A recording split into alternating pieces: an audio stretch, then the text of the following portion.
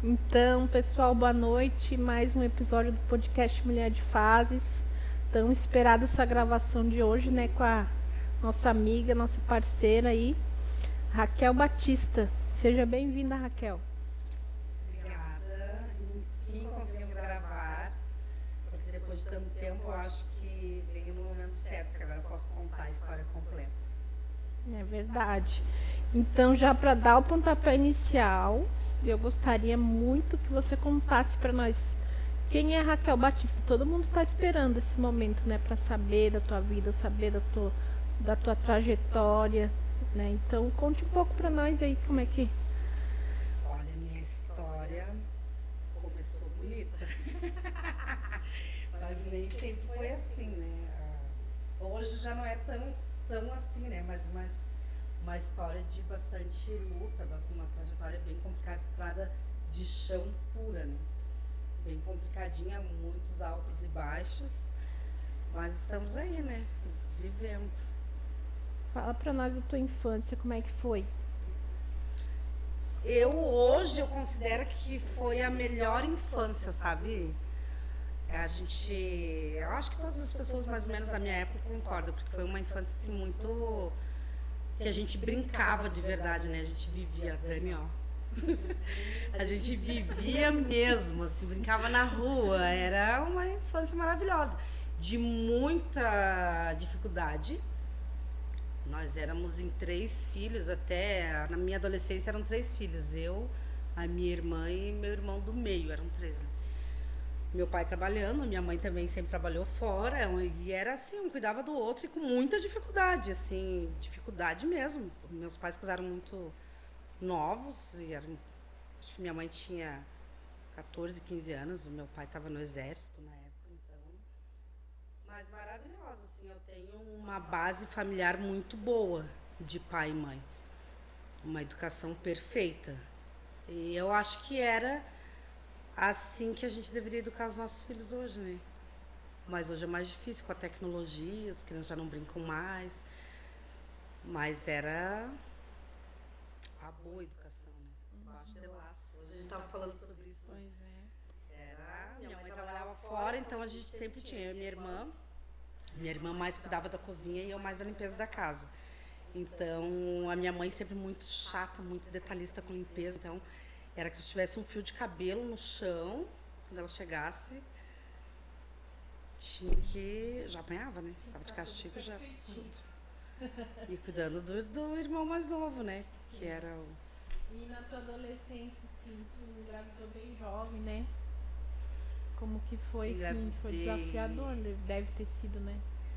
Eu engravidei no meu primeiro... Na época, no amor de adolescência, né? No meu primeiro amor, a Dani, não, muito engraçado, gente. No meu primeiro amor, né? Mas a tua mãe não deixava você sair, Não, né? de jeito nenhum. Nossa, eu tava dando umas eu escapadas. morria de inveja das minhas amigas, morria. Numa viagem esses dias, né, a Dani contando todas as histórias dela ali de sair. E eu quero, cadê a minha história? Não podia sair. Pai e a mãe nunca deixavam de sair. Depois a gente começou a sair, quando ele soltou, deixou dar uma saidinha assim, eu já tinha 17 anos. Aí já conheci o pai da minha filha, da Ana Júlia, logo já engravidei. E já acabou minha adolescência. Mas não dava aquela já me tornei mãe. que nem nós, assim, que a mãe apoiava e... Sim, eu acho que se não fosse a mãe, a gente nunca tinha saído, nunca tinha casado, nunca tinha tido filho, nada. O pai era muito rígido nessa parte, assim. É, porque nós éramos assim. Nossa, a mãe deixava, era muito. A Michelle que não saía, mas... Daí se tornava divertido. Assim, e o pai tinha uma mania de assistir televisão até umas horas, tipo, meia-noite, 1 hora, ficar assistindo jornal, filme. Eu gostava muito de ficar lendo aqueles livrinhos também de faroeste que tinha antigamente, que tinha coleção. E ele ficava até tarde, os nossos amigos já esperando, prontos, e eu e minha irmã pronta para sair já. E ele assistindo. E a gente combinava assim, que estamos daqui para frente, quando passar da hora, a gente tá lá no local combinado de encontrar os amigos. E o pai, se a gente não tivesse chego, a gente tinha que ir lá no poste da luz e desligar o relógio. Daí caía a luz, o pai pensava que tinha acabado a luz e a gente saía. Que era boa estratégia. Ele nunca ficou sabendo de a gente sair. Ele nunca. legal. Uma vez a gente tava numa baladinha da época, né? Ela já até demoliu. E eu e minha irmã, daí na época o famoso era o El Chan, né? Nossa, eu, ela e a Viviane, a gente passava a semana inteira ensaiando os passinhos e tal. A gente sabia assim, nossa, meu Deus. E a gente, naquele dia, tinha uma reportagem no Português. E passou no Jornal do Almoço. E o pai assistindo o jornal. Meu Deus, saiu assim, tudo, meu. Eu achei que naquele dia eu ia morrer, juro. E a minha irmã começou a fazer 500 coisas na frente da televisão e eu distraindo o pai pro pai parar de assistir o jornal. Porque a gente tava na tela da televisão, o pai assistindo. Eu digo, não, agora a gente vai morrer na hora. E daí sobrava sempre pra mãe. A culpada era sempre a mãe, né? Porque a tua mãe apoia, a culpa da tua mãe. Nossa, a gente As passou mães por sofrem, né? E eles sofriam Mas era mais, né? bom. Porque daí a mãe ficava em casa, geralmente o pai trabalhava, né? Era sempre assim, né? É, Daí mas a a mãe mãe trabalhava, sempre trabalhou. Mas a mãe sempre cuidava mais do que o pai. Sim. Daí a culpa era sempre da mãe. Sempre da mãe. Sempre da mãe. E era. O meu irmão já nunca foi muito de sair, era mais eu e a minha irmã, a gente já era mais saidinha, assim, mas a gente já tinha idade de sair, né? Nunca foi tão nova. Mas era porque a mãe deixava mesmo, porque ela ficava com dó de ser as amigas tudo saindo e elas dormindo. Tipo, a gente ficava, combinava de ir na casa das amigas, elas se arrumando pra sair, a gente nunca podia ir. E a mãe ficava com dó, depois ela deixou, começou, mas a gente sempre obedecia, respeitava os horários, né? Tal hora você tem que estar em casa. Ela dava o dinheiro do táxi pra ir, pra voltar. E eu e minha irmã gastava o dinheiro em outras coisas e voltava a pé e ia a pé, gente. Mas no horário que ela sempre dizia, tal hora a gente estava em casa, tudo bem certinho, porque senão ela deixava mais, né? E a gente gostava de sair. E nunca era pra arrumar um namoradinho. Sempre era pra dançar e estar com os amigos. Era sempre bem. E quando você conheceu o pai da Ana Júlia, daí Me apaixonei perdidamente. Era muito apaixonada por ele. E a gente ficou um tempo juntos. Eu acho que eu conheci ele que eu tinha 17 anos, eu engravidei com 19. Lá no Português. Lá no Português. Aí a gente ficou até.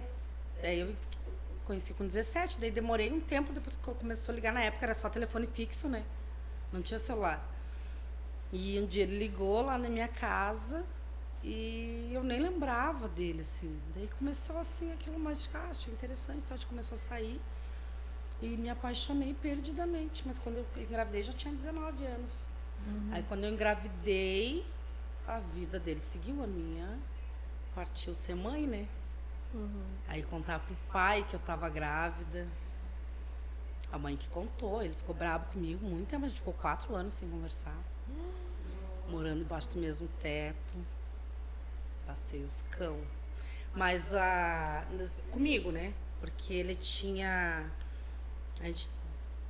Pra ele, na época dele, assim, a gente tinha o dever e a obrigação de cumprir todas as coisas que eles ensinavam e nunca imaginava, né? Eu fui a primeira a engravidar.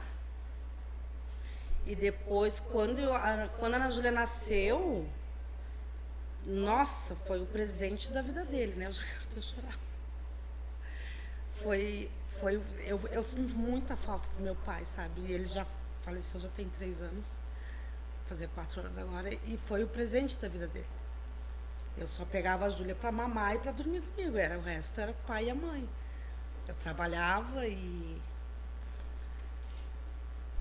eles cuidavam dela para mim.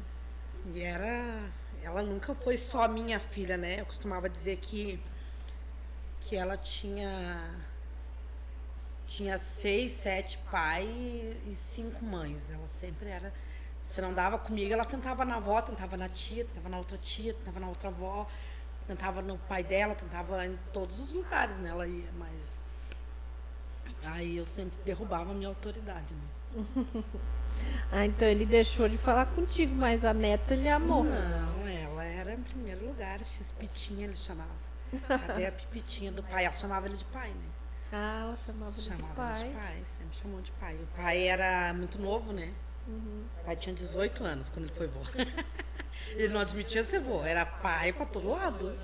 Não, ele já era mais velho, na cabeça dele tinha Ah, 18. Era sempre pai, todos os netos chamavam ele pai, todos. Mas foi acontecendo assim tão engraçado que eu acho que ele não nasceu pra ser avô, né?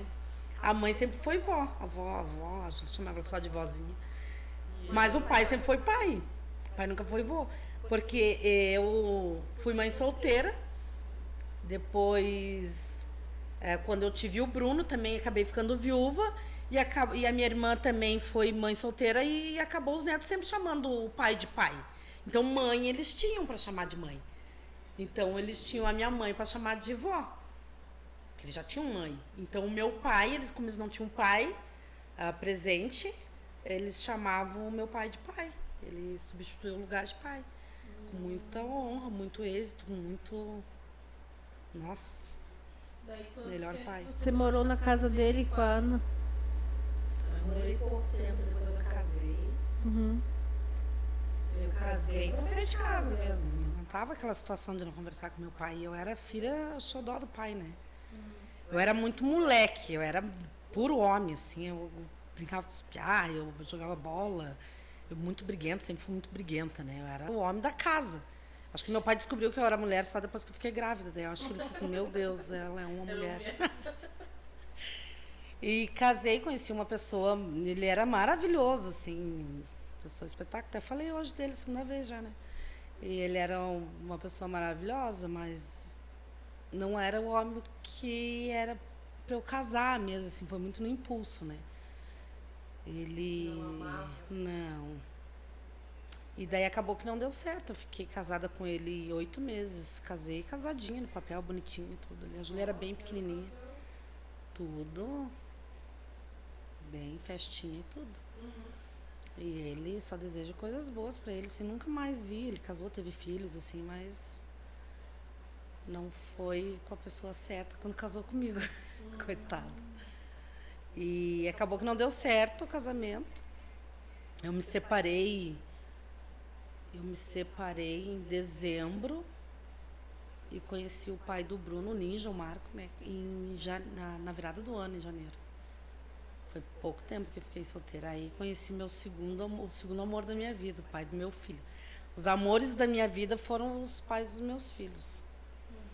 E conheci ele.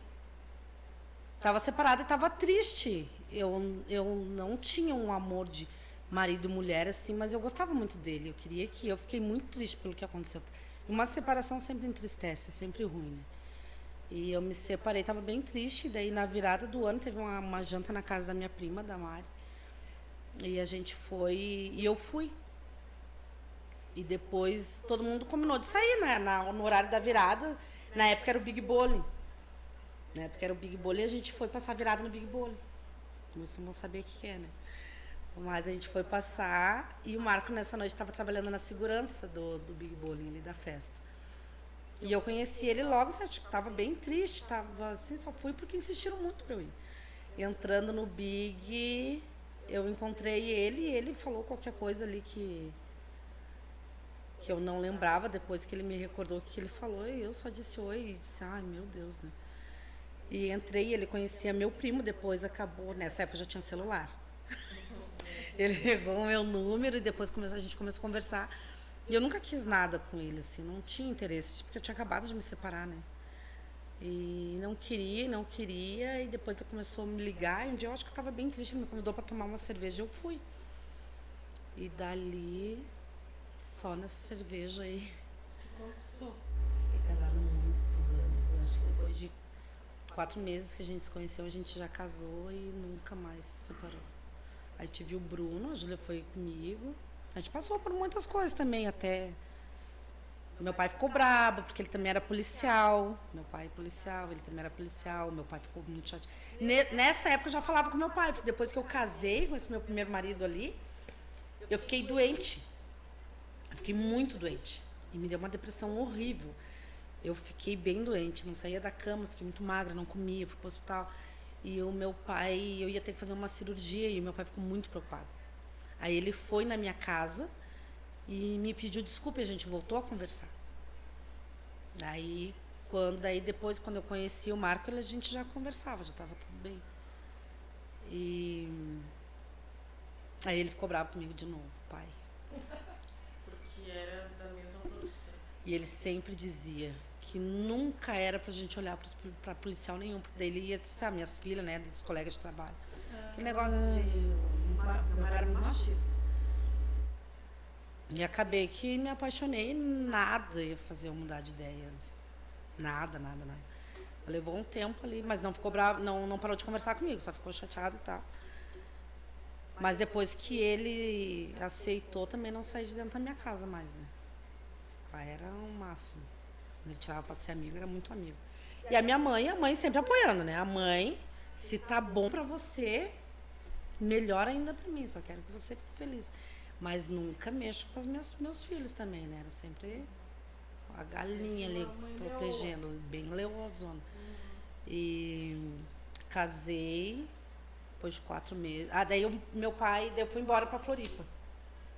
Aí você vai sair daqui, tá? Vai morar pra lá e pra ver se eu esqueci o Marco e tal. Mas eu fui só pra dar o tempo de ele arrumar uma casa aqui, comprar os móveis, arrumar dentro da casa. Ele foi me buscar e eu vim já casada. Já vim casada, é. Mas foi muito legal esse meu casamento. Foi uma outra história que também me machuca muito, já choro de novo. E... Com a emoção do teu casamento. Né? Sim. Ele foi um maridão, né? É aquela história que a gente cresce. Eu queria muito ter uma família como a que eu tive com os meus pais, sabe? De exemplo de pai e de mãe. Não de falar sobre o casamento deles, que quem iria falar era eles, né? Mas de exemplo de pai e mãe, eu sempre quis ser uma mãe como a minha mãe foi. E sempre queria que meus filhos tivessem um pai como eu tive, sabe? E eu achei que ele ia ser um bom pai para minha filha. E eu não queria ter outro filho. Eu já tinha ela.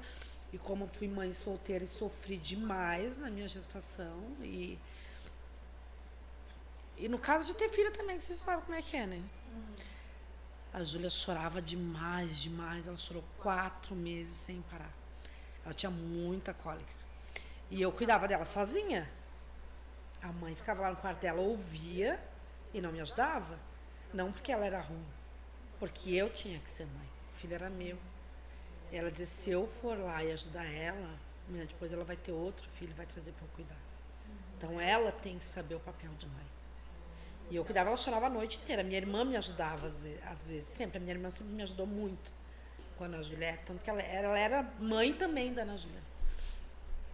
E ela chorava até de manhã e eu tinha que levantar para ir trabalhar. Trabalhava o dia inteiro, à noite ia para a faculdade. Meu Deus, eu acho que eu pesava uns 45 quilos nessa época. E eu pensei comigo, eu nunca mais quero ter filho na minha vida, nunca mais. Era só ela e deu. Aí depois de um tempo que a gente estava casado, eu casada com o Marco, ele queria ter filho. Ele já tinha filhos, né? Mas ele queria ter um filho comigo. E eu dizia, meu Deus, eu não quero ter filho, não quero mais ter filho. Eu fiquei tomando o anticoncepcional 1 ano escondida dele. Cada vez que eu menstruava, ele ficava muito chateado. Eu disse, meu Deus, o que está acontecendo? E eu, né, que droga, né? Mas eu tomando anticoncepcional escondido, não queria mais. E eu, nessa época, já não lembrava mais da dificuldade de cuidar de um bebê. Porque a Ana Júlia já tinha 8 anos. Então a gente esquece quando é essa parte ruim. Mas eu já tinha um pensamento diferente em relação a amar, até amor por filhos. Eu tinha muito medo de não saber dividir o amor dela com outro filho. Eu sempre dizia isso, dizia pra mãe, dizia pro Marco também. Eu só tenho medo de ter outro filho e não conseguir amar esse filho do tanto que eu amo a Ana Júlia. Eu não vou saber dividir o amor dela com outro filho. Eu não vou conseguir fazer isso. E o meu amor era inteirinho dela, era o único dela. E eu tinha muito medo de ter outro filho e não conseguir amar ele. Aí eu desisti. Eu via ele muito triste, queria ter outro filho e tal, daí eu desisti. Aí eu parei de tomar o anticoncepcional, engravidei, fiquei grávida. Nisso, acho que a Ana Júlia já tinha 9 anos. Fiquei grávida, daí no 4º mês eu perdi o bebê. Perdi, tive um aborto. E depois de uns 4, 5 meses, eu acho que a gente começou a tentar de novo. E eu não engravidava mais, não consegui mais engravidar. Daí fiz tratamento, engravidei, tive que cuidar bem na gestação, uma gestação mais de risco. Aí veio o Bruno. Eu lembro tão bem da felicidade assim do Marco, porque é lógico que a gente vai amar o outro filho. Vocês têm mais de um filho, vocês sabem disso, né? É óbvio que a gente vai amar. Mas eu não sabia, eu tinha só uma. E quando eu fiquei grávida do Bruno, a Júlia já tinha 9 anos, quase 10. Então, eu fiquei muito tempo só com um filho. Pra mim, eu não ia saber dividir aquele amor.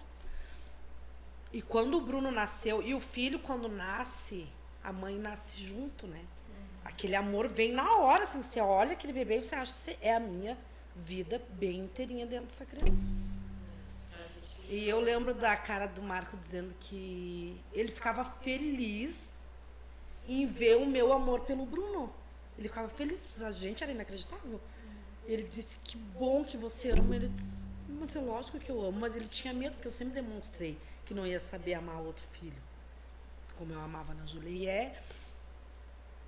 E é muito diferente. Eu penso assim, ó, que amor é amor, mas tem formas de você enxergar um amor. A gente tem 10 filhos e os 10 filhos são diferentes. Nenhum vai ser igual ao outro.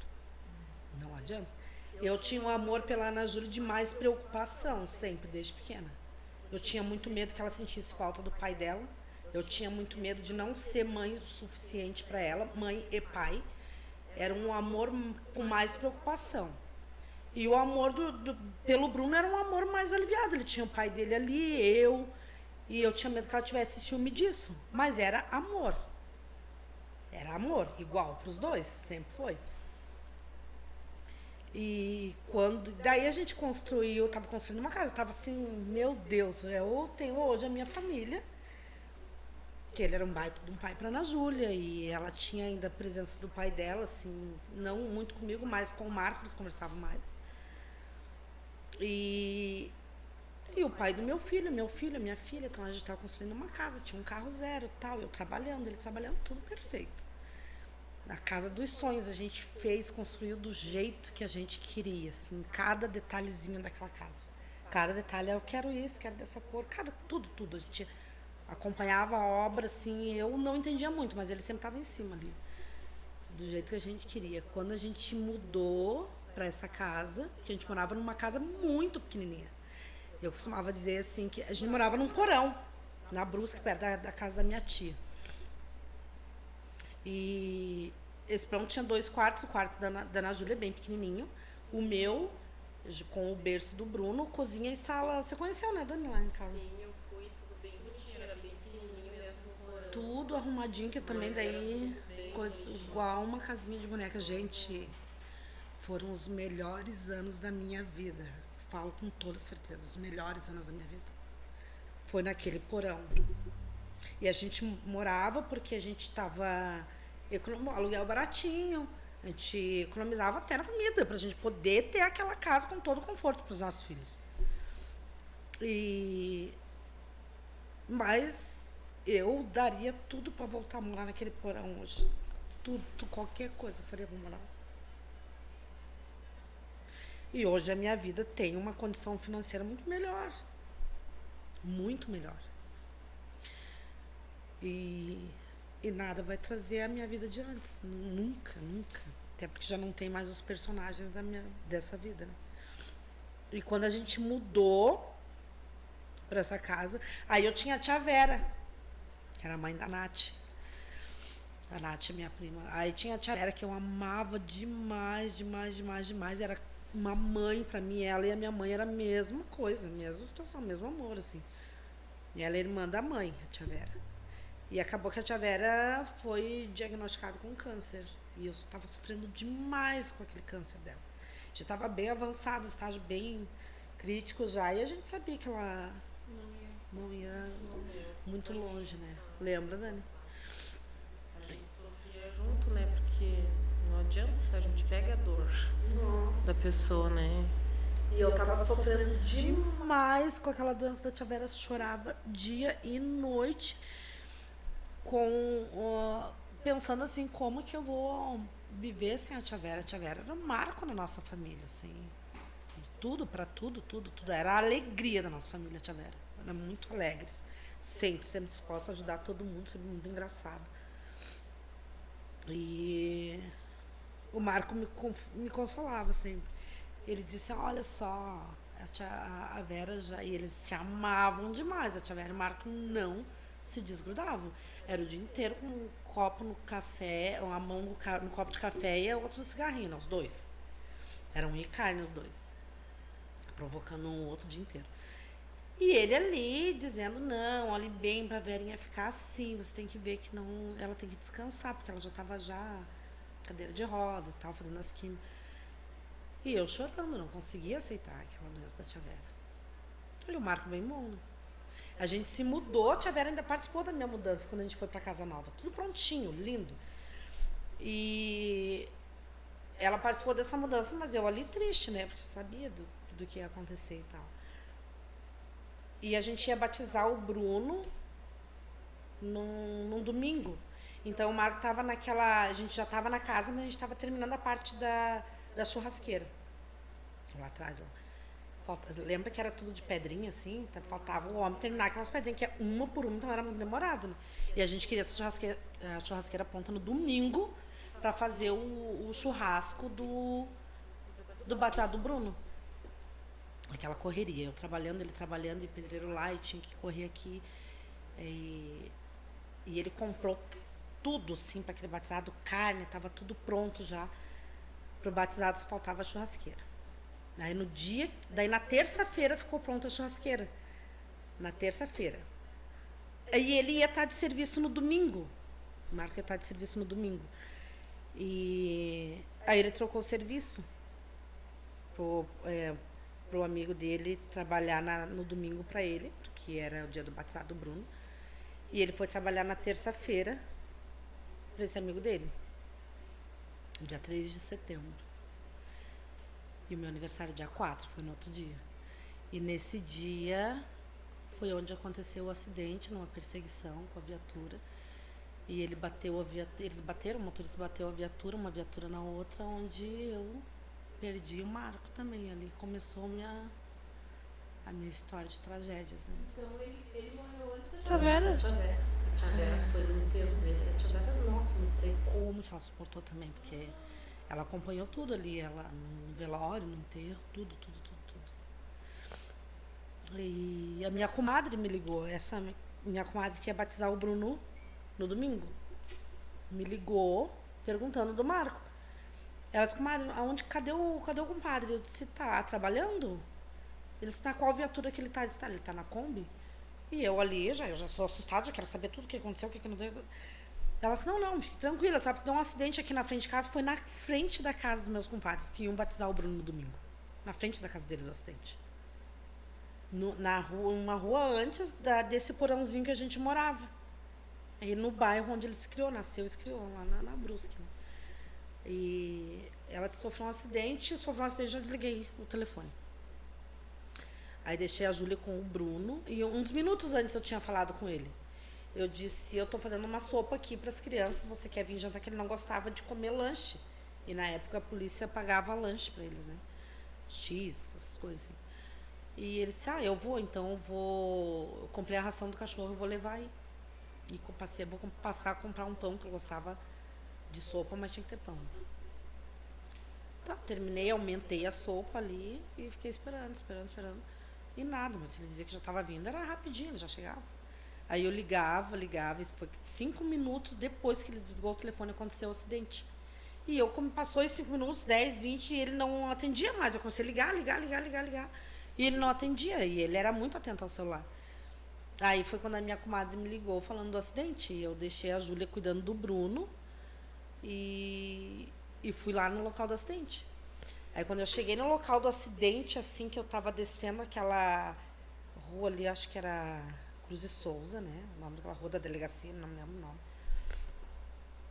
Descendo eu vi aquela multidão de gente assim, parecia um show da Festa do Pinhal. Aí tinha SAMU, viatura, bombeiro, muita gente, muitos policiais, porque foi um acidente da polícia.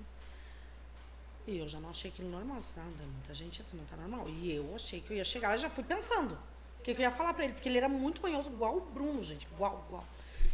Se dava uma dor de cabeça nele, ele mancava, ele ficava mancando com aquela dor de cabeça, doía o corpo bem inteirinho com a dor de cabeça. Eu disse, meu Deus do céu. Vou lá, vou dizer pra ele, eu tô aqui, a gente vai pro hospital, vou cuidar de você. Fui planejando o que eu ia dizer, vai ficar tudo bem. Aí quando eu desci, quando eu vi que tinha muita gente que não estava normal aquilo, eu desci do carro andando, não sei o que eu fiz. A gente perde assim o tino, desci do carro e fui correndo, não sei quem pegou o carro, e desci correndo, porque eu não conseguia passar mais com o carro. Por isso que eu desci do carro assim, pulei e fui. Muita gente. E quando eu desci correndo, esse meu compadre com a minha comadre vieram me encontrar. E o meu compadre estava com o cap dele, o boné da polícia na mão, né? E ele me olhou e disse, ele não resistiu. A gente, como é triste ouvir isso. Eu já ouvi algumas vezes. Nossa, meu Deus. Eu não sei, mas é uma sensação assim, esse choque da perda repentina é Deus que dá, que amortece. Você sai do teu corpo, senão você não suportaria. Eu não lembro de nada do que aconteceu depois que eu ouvi isso. Eu não lembro de nada. Depois as pessoas me contavam que eu gritava muito. Pra mim, o que eu lembro é que eu tava num lugar assim, muito silencioso. Muito silencioso. E tava só eu. E eu tava nesse lugar. Mas eu não desmaiei. Assim, é o choque mesmo, assim. E eles que eu gritava demais, que eu gritava, que eu abraçava, que eu me ajoelhava, os policiais se ajoelhavam junto comigo, todo mundo chorando. Os vizinhos depois diziam que ficaram muitos dias ouvindo os meus gritos. E eu não lembro de nada disso. Aí fui pra casa e ele morreu na hora, né? Eu esqueci de falar isso daí. Na hora. Aí não deixaram eu ver ali, claro, ainda bem que não deixaram. E essa foi uma parte bem triste, porque a gente tinha acabado de mudar. Para a casa dos sonhos. E dali eu me deparei com uma filha de 12 anos e o meu filho de 2 anos e meio, sozinha, de novo, naquela casa enorme. E eu só pensava como que eu ia dizer para eles, né? Como que meu filho vai crescer, mais um filho sem o pai, né? Eu sempre dizia assim que eu nasci para ser mãe solteira. E fiquei, eu e eles ali na força, na luta. A Ana Júlia teve alguns problemas psicológicos na escola, na época ela estudava no Bom Jesus, de muitas crises de ansiedade, de eu ir buscar ela na escola, me ligarem da escola, e ela tá tendo uma crise de ansiedade de ficar com o corpo todo torto, assim, na enfermaria. E antes de entrar na enfermaria, eu chorava muito para poder entrar e ver a situação da minha filha. Para ela não me ver chorando, para ver que tinha uma mãe que estava ali, eu tô aqui, não se preocupe. E ela pegou essa carga para ela, de ter que cuidar da mãe e do irmão. Ela pegou essa responsabilidade. Sem eu passar para ela, porque eu nunca nem chorei na frente deles. Eu esperava eles dormir e chorava gritado, sozinha no meu quarto. Mas nunca demonstrei a minha fraqueza para eles. Nunca. E foi bem difícil essa parte, assim, de eu deixar ela no pátio da escola. Eu levava ela todo dia para a escola. E deixava ela dentro do pátio da escola. E depois dos pais deixarem, eles não saem mais, né? Eu voltava pra casa, chegava em casa, o telefone tocava. Mãe, a Ana Júlia não vem na aula hoje. Acabei de deixar ela aí. Deixei ela dentro do pátio. Ah, não, quem sabe ela foi no banheiro, então a gente vai dar uma olhadinha. Qualquer coisa a gente liga de novo. Ficava despreocupada. Daqui a pouco ligava de novo. Não, ela não tá no banheiro. Sim, mas eu deixei ela aí. Vocês não podiam ter deixado ela sair da escola. Aí ficava lá a manhã inteira procurando a Ana Júlia, a escola, eu, minha família, mãe, pai, todo mundo. E a Ana Júlia, por fim, estava no cemitério. sentado lá do túmulo do Marco. E foi uma coisa muito triste para ela, porque ela estava naquela transição de criança para adolescente, né? Pré-adolescência para adolescência, 12 anos. Então, aquele turbilhão de hormônios e mais esse choque que ela levou dessa morte repentina fez uma confusão muito grande na cabeça dela, e mais a responsabilidade que ela achava que tinha de cuidar de mim e do irmão. Aí começou com tratamento com um psiquiatra, remédios, tudo assim. E a gente sempre juntas, eu e ela, era a nossa família, eu, ela e o Bruno.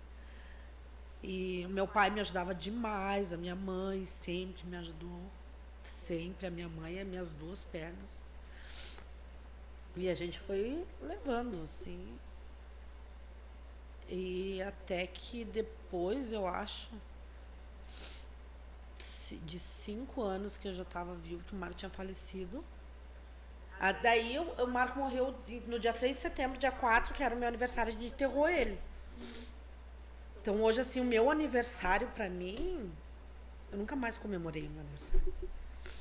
O aniversário foi terrível, terrível.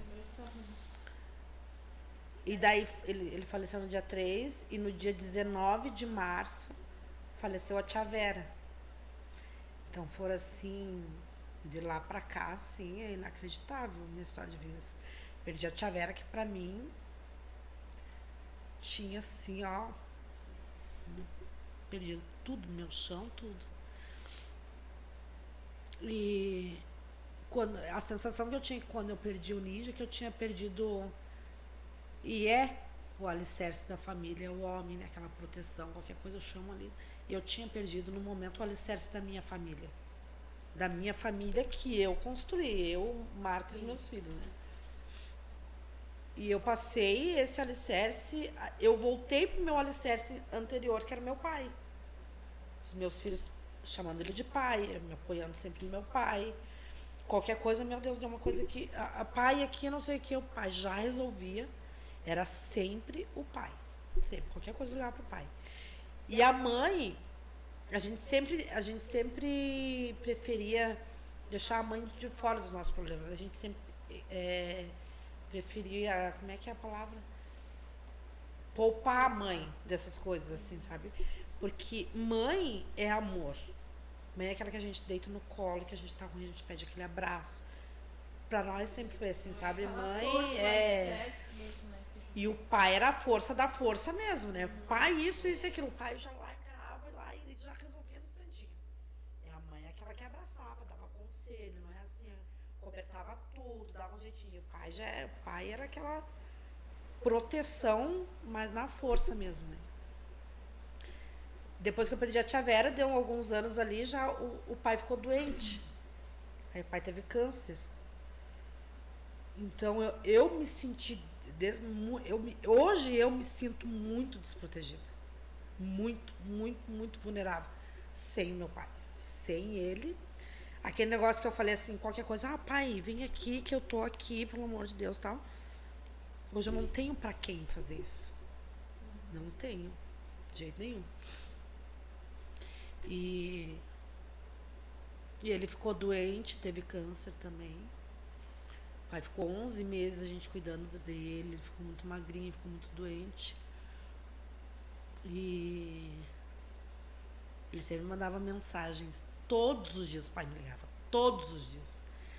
Eu olhava assim, meu Deus, o pai me ligando de novo, já me ligou várias vezes, hoje não aguento mais. Mas ele ligava todos os dias, ele mandava mensagem dele, o pai foi para a reserva, se aposentou, e ele conheceu o Facebook, então ele conversava com a gente o dia inteiro no Messenger ali do Facebook. Os comentários do pai eram os melhores que tinha, minhas amigas adoravam, todo mundo gostava, né? Dava risada de ai, gente, o pai tá acabando com o meu filme. E não era o nome dele, né? Era o Sábata Batista. E era uma foto de um... Quem que era aquele da foto mesmo? Não, eu acho que daí, como ele gostava, como eu falei no começo, tipo faroeste, ele né? gostava das historinhas de faroeste, ele colocou a foto de um cara do faroeste. É que não vai dar de ver ele nas câmeras, né? Mas era assim, ó. Essa aqui era a foto do pai, ó. Que não é o pai. Ele arrumou, ele era muito engraçado, mas assim, Daí as pessoas ficavam perguntando pra Raquel, mas quem que é aquele cara que faz aqueles comentários, que era tiração total no Não, eu ia sair, me arrumava mais linda, ia lá no salão, a Dani arrumava meu cabelo, arrumava maquiagem, arrumava a roupa mais poderosa, o pai ia lá e comentava. De quem que essa roupa aí não é tua, eu vou ver a roupa dos outros. E olha só, quando a gente conversava sempre mandando as brincadinhas. Você tem Olha, ainda tudo aí. Tudo, eu guardo tudo, Que legal. as nossas conversas. Não, tem assim, é muita coisa. Daí eu tava... O Léo tava lá em casa, eu tava olhando, eu resolvi assim do nada, olhar as mensagens do pai assim, amanhã bem inteirinha, lá do começo assim. Aquela saudade do pai, assim, agora há pouco tempo, acho que uns 3 meses atrás. E tirei um print quando o pai tava falando do Léo, mandei pro Léo o print, o pai tava falando de você aqui pra mim, tá? E o Léo lá em casa, no outro quarto. Daí ele disse, foi um grande pai, faz falta, cumpriu a missão dele com êxito. Porque como pai, eu desconheço melhor. E a última mensagem do pai pra mim foi essa daqui, ele já tava doente, ó. Deixa eu ver aqui como é que ele falou. Ele disse assim, filha, no dia em que eu não puder mais ir até você, não se esqueça de vir até mim. Se um dia eu não puder lembrar o seu nome, venha me lembrar quem você é. Se um dia eu não puder expressar meu orgulho e amor por você, apenas sinta que em minha alma nada disso se perdeu. Você continua e continuará sendo a parte mais importante da minha vida. Depois estou aqui e eu só disse assim, lindo pai, o senhor não vai esquecer. Ele estava bem doente. E ele mandou uma mensagem para cada filho. O Léo, a mensagem que ele mandou pro Léo, o Léo tatuou na costela. Achei lindo, ficou muito lindo. A mensagem, então assim, ele era... E tem umas mensagens assim que ele me mandou de sempre... Quando eu me sentia perdida na forma de ensinar os meus filhos, o pai sempre me ajudava. Então, eu disse assim, pai, eu não sei mais o que eu faço numa situação dessa. Pegar um filho adolescente. E o pai sempre me mandava as mensagens. Agora, não, assim, é muita mensagem. Sempre perguntando à mãe, cadê a tua mãe? E ele sempre me ajudava nesse sentido, assim, porque o pai, quando ele falava sozinho com os filhos, ele era completamente diferente do que ele demonstrava ser. Porque a gente tinha um medo do pai só nele, quando ele olhava assim, agora eu tô perdida, agora eu tô morta. Ele só olhava assim. Então ele tinha aquele jeitão dele assim, dentro de casa com os filhos. Porque fora de casa ele era o mais palhaço que existia. Muito palhaço. E acabou que ele ficou esses 11 meses bem doente. E a gente cuidando dele ali, e ele já estava assim muito fraquinho. E eu não conseguia ver o meu pai daquela forma, porque para mim meu pai era o homem mais forte que existia. Ele assim, nada jamais ia acontecer com ele. Então o pai ele era muito alto. E eu acho que o pai deveria ter uns 50 quilos quando ele faleceu. Então perdi meu pai. Gente, perder o pai para mim foi uma das maiores dores que eu já senti. Eu achei que eu tinha sofrido quando eu perdi o Marco. Para mim, olha, minha história é muito triste, gente. Eu não conto a minha história porque fica parecendo de vitimismo, né? Mas essa aí é a história. Você sabe, né? Começou as minhas tragédias. Você acompanhou todas as minhas tragédias. Todas. Eu tava pensando. Que daí todo mundo fala que não gosta de velório. Eu tava pensando, os últimos que eu fui. Daí comecei a voltar. Foi tudo da tua família? Tudo ali. Acompanhou as minhas trajetórias ali. Foi bem triste. E daí eu não consegui aceitar a morte do pai de jeito nenhum. Para mim foi muito triste. Eu nas minhas terapias e com a psicóloga, assim, eu tive um sentimento de dor muito maior com a morte do pai do que com a do Marco. Não, dores são dores. Você perdeu a tua filha, nem se compara. Claro, eu só perdi o meu tio. Mas você era tão apegado ao teu tio, assim, dores são dores. E cada um sabe o jeito de suportar e lidar com aquela dor. E eu senti muito a morte do Marco e muito a do meu pai. A do meu pai é mais difícil de superar, porque eu já estava enfraquecida com a morte do Marco.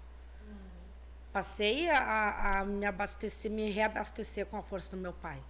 E daí perdi meu pai. Então, ali, eu não tinha mais aquela força. Eu já não sentia mais aquela proteção no meu pai. E só o amor da minha mãe. Porque a minha mãe me protege com o amor dela. Sempre, sempre.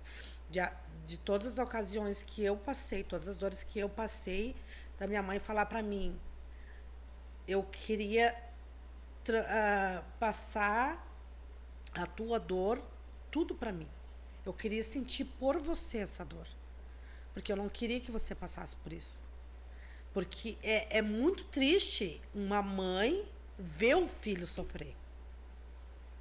Então, a minha mãe estava ali. A minha mãe, como mãe, sempre aquela mãe onça, assim, aquela mãe que, meu Deus, assim, ela não queria que eu sofresse.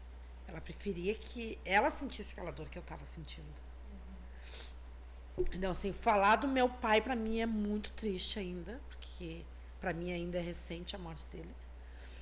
Ainda é muito triste. Muito, muito, muito. Eu não consigo falar do pai sem chorar. Da tua mãe, no dia que o Ninja faleceu, né? Que eu cheguei lá, eu lembro como se fosse hoje. E eu cheguei lá, ela me abraçou e daí ficamos abraçadas. Ela disse, eu queria eu estar sentindo isso. Isso aí eu lembro até hoje, me marcou bastante, porque ela disse, eu queria estar sentindo para ela não estar sofrendo desse jeito. Então é uma mãe. Foi a minha dor mais. Eu já tinha perdido a minha avó que antes do Ninja ali, a dor mais profunda que eu já tinha sentido foi da minha avó. Mas foi junto com o nascimento da Júlia. Eu passei a minha avó também câncer, minha família toda câncer, né? A minha avó também câncer, eu passei mãe da minha mãe. Eu passei os 9 meses cuidando da minha avó, eu grávida da Júlia. Eu ia lá da casa da mãe, porque daí as minhas tias e a mãe também trabalhavam, então assim, eu ia lá limpar a casa, fazer almoço, fazer um pão, uma coisa assim. Eu grávida, não estava trabalhando, ia, né? Para ajudar. Minha avó, nossa, meu Deus.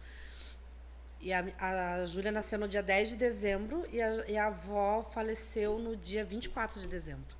Mas quando eu tive a Júlia, eu tive uma depressão pós-parto. Então eu fiquei muito tempo internada. A Júlia ganhou alta, foi para casa e eu ainda fiquei internada. Então, no dia que eu recebi a alta, foi no dia 23 de dezembro. Primeira coisa que eu fiz, a mãe e o pai foram me buscar na maternidade, eles levaram a Júlia, porque a Júlia foi para casa. E eu peguei a Júlia e disse, mãe, eu quero ir lá ver a avó. Eles me levaram lá na avó, a avó pegou a Júlia no colo, chorava muito, muito, muito. Ela molhou todo o tipo top da Júlia, do tanto que ela chorava. E ela ainda não tinha conhecido a Júlia, né? A Júlia estava em casa já, mas a mãe tinha que estar levando ela para mamar e tal, e a mãe não tinha aquele tempo de levar ela na avó. E eu pedi que eu queria ir levar a Júlia, mãe da mãe. Aí, no dia 23, eu fui lá, levei.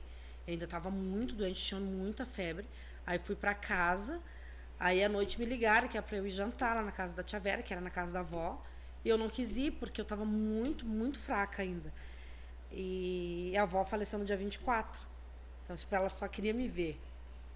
Ela me viu a Júlia, chorou. No dia 24, porque já era depois da meia-noite. Tipo, ela só me viu. Então, essa era a dor mais próxima que eu já tinha sentido na vida, assim. E depois a do Marco e o pai, a tia Vera, o pai. E assim, e isso bem resumido a minha história, né? Porque daí vocês não vão aguentar. Muito triste. E assim, eu passando a dar o meu melhor de educação para os meus filhos. Eu fui muito, muito rígida, muito mais pulso firme com a Ana Júlia do que com o Bruno. Porque eu passei a educação que eu recebi para ela, que eu recebi dos meus pais, eu queria transmitir igual. Porque eu fui muito bem educada. E eu sei que os meus irmãos também foram muito bem educados. Eu sei da educação que eu recebi. Eu sei de todos os princípios que eu aprendi dentro da minha casa. Que eu nunca cheguei perto de droga, eu tomo uma cerveja, ele gosta de sair, mas eu nunca... Todos os princípios que eu trouxe dentro da minha casa. E eu queria passar isso para os meus filhos. Então, como a Júlia era mais velha, eu fui muito mais rude com ela. De deixar de castigo, de bater, de estar ali, sabe? Já com o Bruno eu já fui amolecendo, já fiquei boba. Também a gente vai amadurecendo, né? E vai vendo coisas que não... Então ela... Vai cansando. vai mudando. A Júlia tipo, limpava uma casa como ninguém. Fazia bolo, fazia comida, cuidava do irmão dela. Ela era perfeita, uma educação que eu sentia orgulho das pessoas falarem para mim, Raquel, que educada essa tua filha, como é que você fez para educar ela, como é que é essa educação? Eu sentia orgulho dela, das pessoas me falarem isso, sabe? Mas só que eu não sabia que depois de tudo que aconteceu, hoje, eu lembro de cada coisa que eu fazia, assim, às vezes que eu batia, que eu deixava de castigo, que eu brigava, que eu gritava. Gente do céu, isso me incomoda demais, demais, demais, demais, demais. Eu penso nisso todos os dias. Todos os dias. Por que eu fiz isso? Por que eu fiz isso? Mas foi a forma que eu aprendi, que eu fui educada. Mas as coisas mudam. E que você viu que deu certo também, né? Porque daí Deu todo certo, mundo... Mas só que assim, ó, a gente com a minha educação na época, não tinha toda a tecnologia, toda a informação que os adolescentes hoje recebem, a gente não tinha nessa época. Eu tinha que obedecer meu pai e a mãe, e deu, eu ia apanhar até não querer mais, e deu, e pronto. E todos muito bem criados, mas hoje eles têm essa informação. Se não der aqui, eu vou ali, se ele não quiser, eu volto e deu, e vocês sabem como é que é. Ah, eu vou fazer isso errado e o meu pai vai fazer o quê? Vai me bater, daí, depois de me bater, daí o quê? Amanhã eu faço de novo. Eles têm muita informação. E na época a gente tinha muito respeito e medo também. Então a gente não desafiava pai e mãe de jeito nenhum. E eu passei isso para minha filha e ela foi muito, muito bem educada. Muito bem educada. Eu nunca tive reclamação nenhuma de falta de educação da Júlia. Assim. Eu não sei em que momento que foi que a gente se perdeu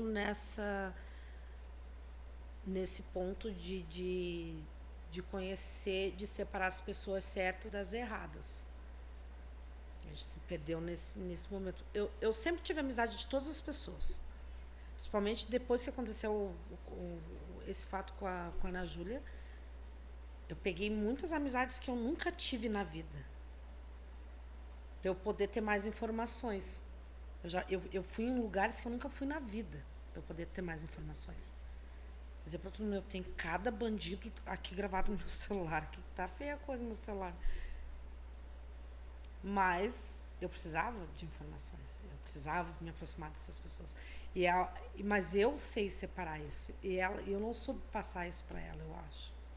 Separar as boas amizades das ruins, eu não sei. Malícia. Ela era muito nova, né? Ela se achava muito esperta. A inexperiência também. Então, assim, Ela eu é muito dei amorosa também, né? muito, Vocês eram muito, muito, amigas, muito. Era mãezinha, vozinha, Manessa, um amor dela, um amor tão grande, ela e o Bruno, que era assim... o Marcos chamava a Júlia, quando era pequenininha, de seca, porque ela era muito magrinha. Magrinha, pesava 100 gramas. 10 anos pesava 100 gramas, tadinha, muito magrinha. E sempre foi magrinha, mas o biotipo dela era aquele ali. Né? E quando o Bruno começou a falar, ele não sabia dizer seca. Ele dizia que. E ele cresceu já, o grande já, ele sempre chamou ela de que. Por isso do que, então. É esse daí que ele chama só de que. As pessoas sabem. O que. Não, ele era essas pessoas que conhecem, sabem que ele chamava ela de que, sempre foi a que. Ô mãe, cadê a que? Que saudade da que? Mãe, a que vem. Onde tá a que? Sempre a que. Né? Eu não sabia por que era aqui. A que e ficou. O amor dele pela que era muito grande. Aí, então, depois que eu perdi meu pai, ficou nessa situação, assim, de muita tristeza. Eu não me conformava de jeito nenhum. Nisso, a Ana Júlia já era bem... Acho que ela tinha 16 anos quando o pai faleceu. 16 anos ela tinha. Daí foi nessa parte assim de muita. Eu não sei, sabe? Passa muitas coisas na minha cabeça. Quem sabe eu me descuidei um pouco pelo meu sofrimento pelo pai. Eu estava sofrendo pelo pai, talvez tenha me desligado um pouco. E é esse o cuidado que eu tenho para não me desligar com o Bruno hoje. E eu sei que eu me desliguei um pouco do Bruno, eu sei muito disso. Mas talvez tenha sido isso. Ela começou com algumas amizades que não me favoreciam, que não favoreciam a ela e que eu não gostava. E eu sempre dizendo, eu não gosto dessa tua amiga. E ela me conhecia, sabia que eu era ali. Não gosto dessa tua amiga. Aonde você vai? Eu ia atrás, eu ia buscar, eu ia levar. Eu preferia sempre que ela levasse os amigos lá pra dentro da minha casa, que eu tava de olho ali. Ela pegava os amigos da escola, fazia acampamento lá em casa, uma sala, uma turma inteira lá em casa. Os pais deixavam lá e eu ficava de olho ali, mas eu tava lá e eu tava cuidando, sempre fui assim. A Ana Júlia nunca brincou na rua, nunca deixei ela sair na rua. Ela não tinha uma cicatriz no corpo, porque eu nunca deixei ela cair. Antes de cair, eu já me jogava embaixo, já pra que machucasse eu, menos ela. Ela era muito protegida por todos, assim. A mãe, meus irmãos, o Léo, principalmente, tinha um amor muito grande por ela. Era incrível o amor deles, assim, a coisa mais linda do mundo. E eu, a mãe era mais mãe. O pai, meu Deus.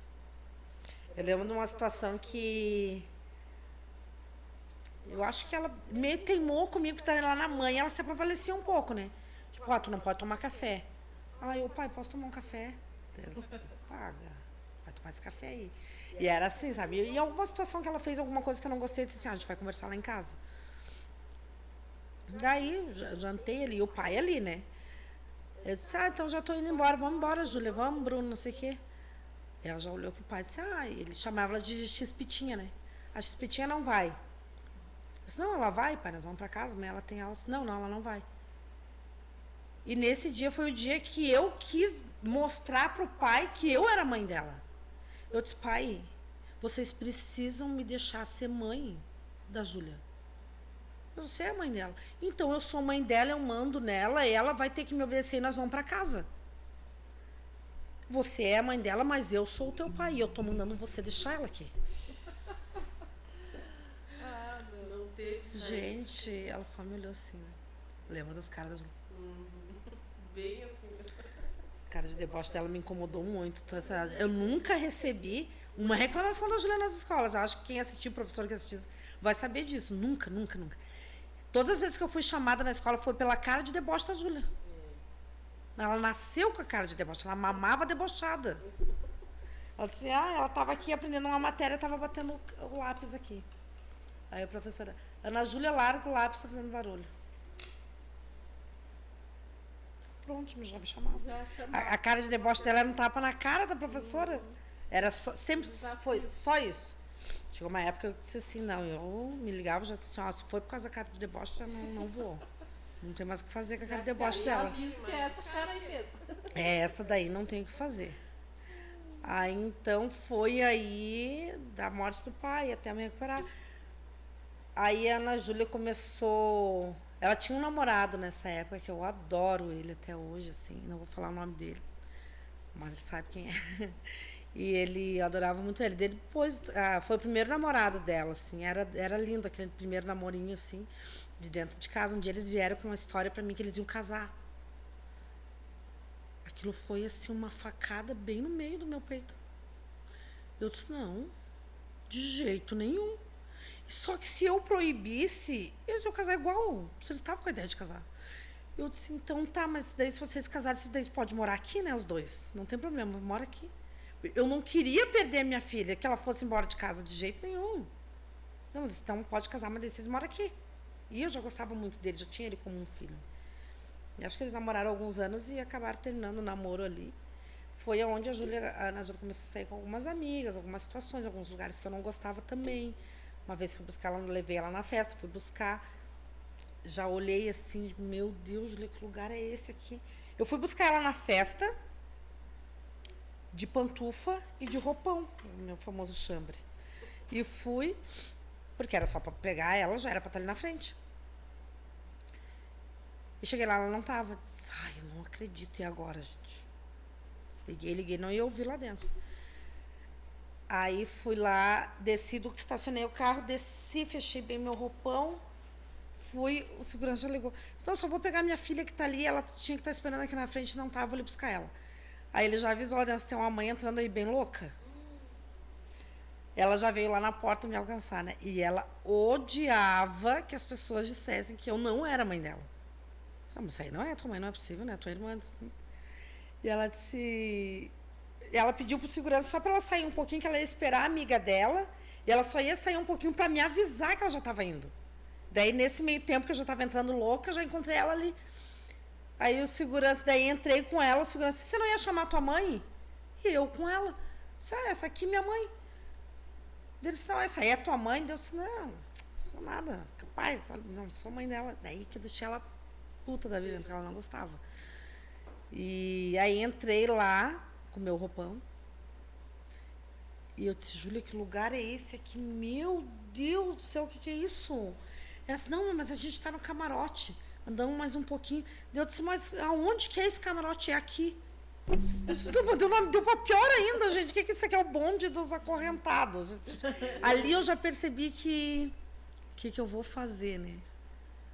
E ali já comecei, tipo, levar ela para outros lugares, a levar para viajar, outras amizades, assim, para ver se dava uma desviada, porque mãe sabe o que é bom pro filho, né? E vi que aquela situação não ia ser bom para ela, e não foi o mundo que ela foi criada, não foi a educação que ela recebeu. E dali um tempo ela conheceu essa pessoa que acabou, não sei nem se posso falar o nome, que acabou fazendo o que fez com ela ali. E a primeira vez que eu vi ela com ele foi muito chocante. Muito. Eu tava com uma amiga e o namorado dela. E ela tava toda assim, não querendo que eu visse que ela tava com ele. Porque eu já achei ele assim, o último assim, dos homens, do mais feio que existia, do mais cara de bandido que existia. Assim, tipo, não, né? E 300 vezes mais velho. Quando eu vi, ela passou assim, ele pegou, segurou na mão dela. Eu disse, não é possível. Não é possível. E eu chamei ela assim, Julia, eu não acredito que você tá com esse homem aí.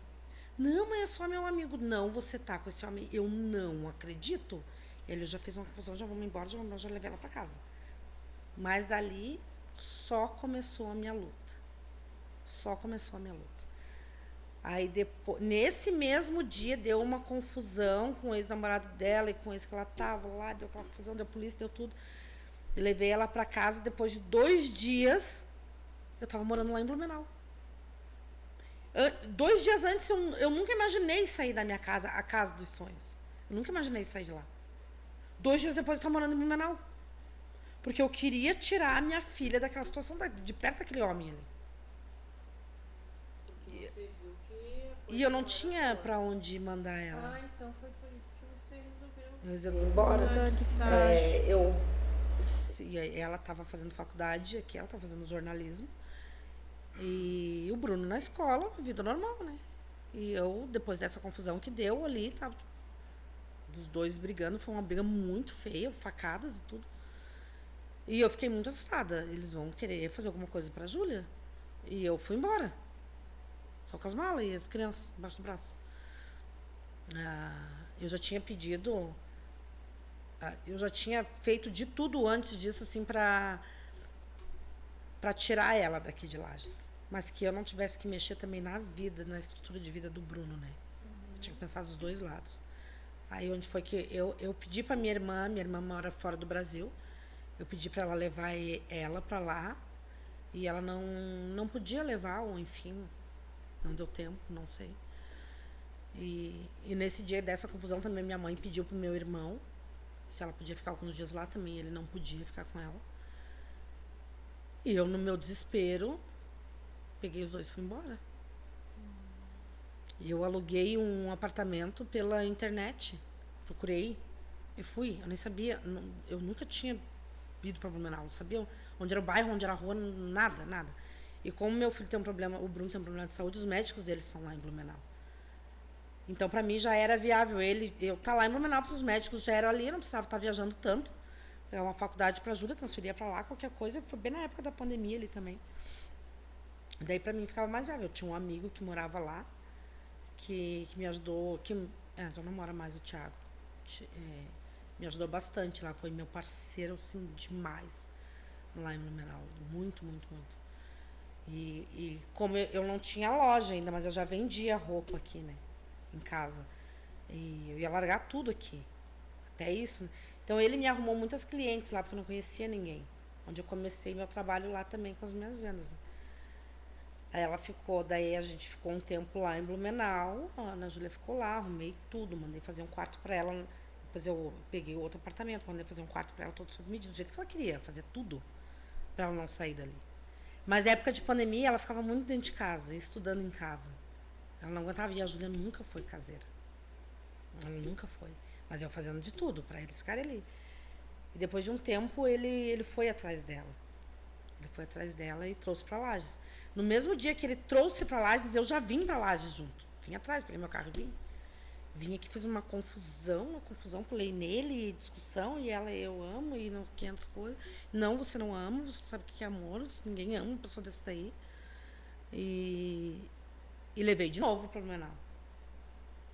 3 dias depois que eu consegui levar ela. Fomos pra Blumenau, ela ficou mais um tempo, e assim foi. Ele ia buscar de novo, ou ela vinha, pegava um BlaBlaCar. Vinha, fiz de tudo, de tudo. Depois eu dei um carro para ela, a loja aqui de Lages eu montei para ela também. Que eu já tinha minha estrutura lá e eu queria muito que ela fosse para lá. Então eu não sabia para onde correr, eu perguntava para as pessoas. As pessoas que eu perguntei, que verem eu falando depois, ouvirem eu falando depois, vão saber que o meu esforço sobre isso é de... Quem sabe eu faço isso. Quem sabe eu faço aquilo. Mas quem sabe, então, se eu dou uma isolada nela. Mas quem sabe, então, se eu sou a melhor amiga dela. Mas quem sabe eu dou um carro. Mas sabe, eu monto a loja. Compro um apartamento para ela na praia. Porque eu fiz sempre uma previdência para ela desde que ela nasceu. Tanto para ela quanto para o Bruno. Eu fazia pouquinho na época, depois de uma condiçãozinha melhor, eu conseguia depositar mais. Que era para uma faculdade ou alguma coisa assim. Depois que ela estava na faculdade, eu vi que ela começou nesse caminho aí. O dinheiro estava ali, mas como ela começou assim, tipo, vou pegar esse dinheiro, vou comprar um apartamento para ela lá e financio o resto, faço qualquer coisa. Por esse apartamento dela, disse, você pega a tua amiga, que era uma amiga que a única amiga dela que eu gosto, a única de todas as amigas dela, só tem essa que eu gosto. E eu disse que ela queria ir embora também, arrumar outro emprego e tal. E eu disse, pega, ela, vão morar vocês duas lá no apartamento. E ela disse pra mim, não, eu só vou se o fulano for junto. E eu já tava com aquela felicidade de saber que ela ia gostar. Vocês vão morar na cidade de praia e tal. E eu ia ficar de olho, porque era ali pertinho, era de Blumenau, ali era bem pertinho. E eu disse, não, ele não vai morar lá com você.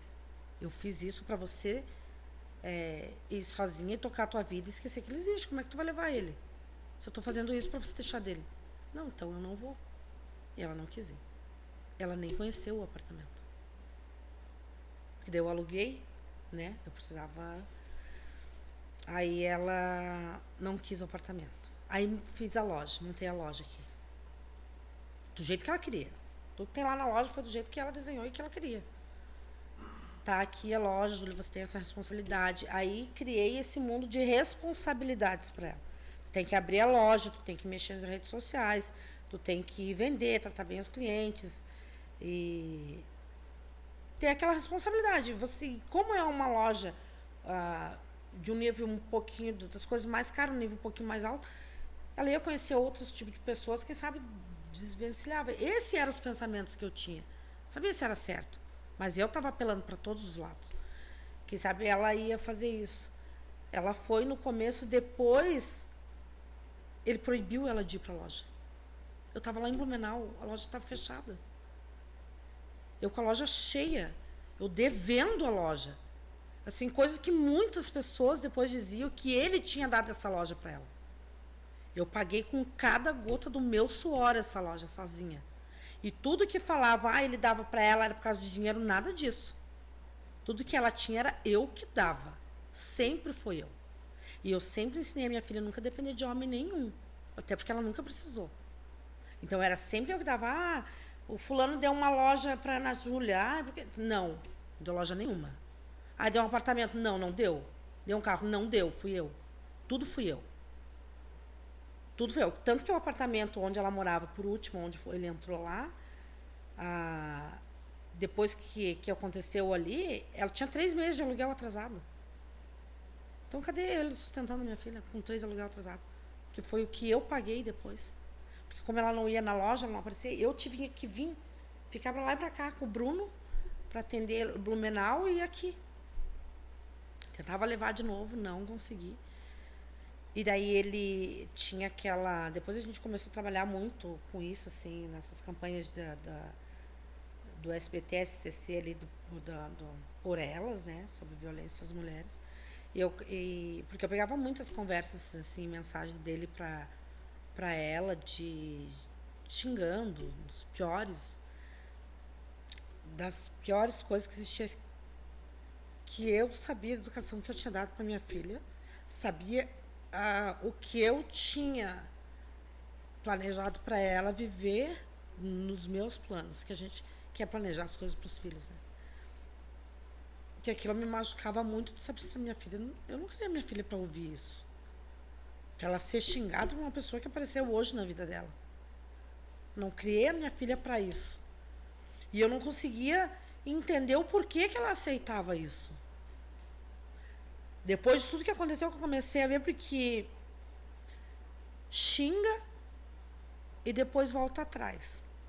Me desculpa, eu não sei onde que eu estava com a minha cabeça. Não sei porque eu fiz isso, nunca mais eu vou fazer, sabe que eu te amo. E elas são motivadas a isso. Como ela era muito nova também, eu não sei o que passava na cabeça. Então, depois de tudo que aconteceu, eu fiquei muito chateada e eu procurava não olhar as redes sociais, assim, muito, né? Muita coisa sobre julgamentos de como que uma mãe deixa a filha andar com uma pessoa dessa. Gente, algumas eu li assim, que eu procurava não me machucar mais do que eu já estava, né? De dizer, meu Deus, se essa pessoa soubesse o que eu fiz para ela não andar com ele. O que eu fiz. Larguei tudo aqui, tudo. Fiz de tudo. Então, o que eu fiz... Hoje eu quero que as pessoas saibam que eu fiz mesmo. Querem acreditar, acreditam também. Não querem, eu não vou me ofender. Mas eu sei que eu fiz. Ela sabe que eu fiz. E não consegui separar. Ele foi ainda mais forte do que eu.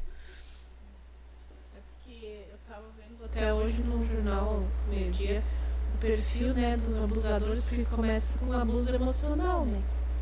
E a pessoa nem sente, às vezes a mulher nem percebe que ela está sendo abusada emocionalmente, né? Porque essas pessoas que já têm essa... como se fosse uma psicopatia, né? Eles têm uma habilidade de conseguir fazer com que a própria mulher ache que a culpada é ela, né? Ele vai lá, faz a coisa ali, briga, xinga e tal. Aí quando ele pede desculpa, eles têm não sei qual seria a palavra para colocar, mas eles têm uma habilidade de fazer com que a mulher se sinta culpada, de fazer com que a mulher pense, quem sabe foi eu que fiz mesmo, né? Aí vai virando, entornando essa situação e acaba às vezes levando à violência, né, física também. E muitos casos têm acontecido, né, feminicídio, como hoje aconteceu lá, acho que foi em Videira, uma jovem de 26 anos com 2 filhos que foi assassinada pelo ex-companheiro. Então, muitos casos, né? E assim, ó, eu